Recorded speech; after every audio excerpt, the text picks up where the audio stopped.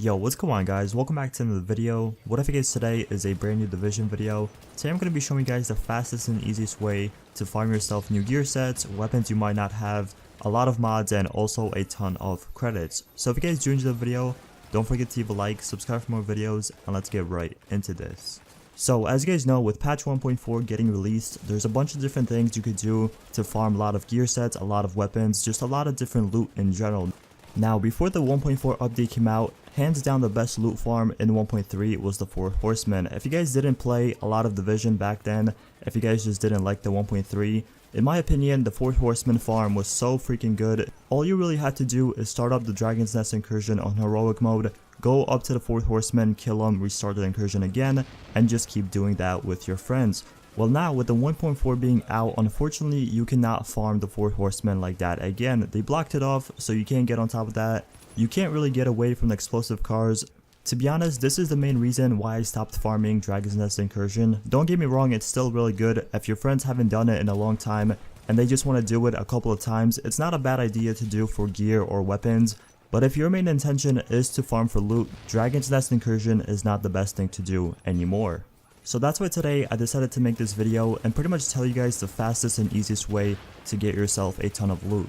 So the first place you can get way more loot is the Dark Zone. Now you have to go in DZ06, you cannot be anywhere lower because it's not really going to be worth your time. If you're in DZ06 and you're killing the NPCs and getting, the sealed caches, if you're getting the weapons, the gear sets, and extracting them, you are going to be getting a lot of loot. I know a lot of people are not fans of the Dark Zone. Personally, I don't really like the Dark Zone too much. I haven't really played it in 1.4 that much, so I can't really judge a book by its cover. But in general, I'm not the biggest fan of the Dark Zone. But if you want a lot of loot, go in DZ06 and farm those NPCs. They give you so much stuff, and it's really easy, especially if you're with a group.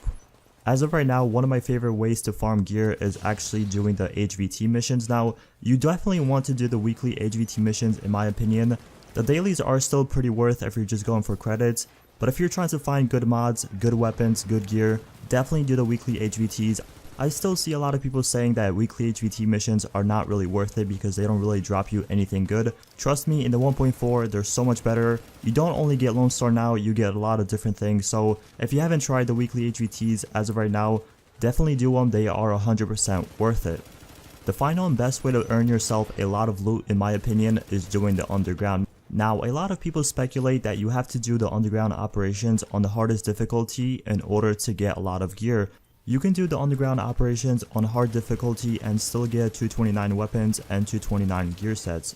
If you have a pretty good build, you can go and do hard operations by yourself. You don't really need anyone to play with because the NPCs are pretty easy to kill.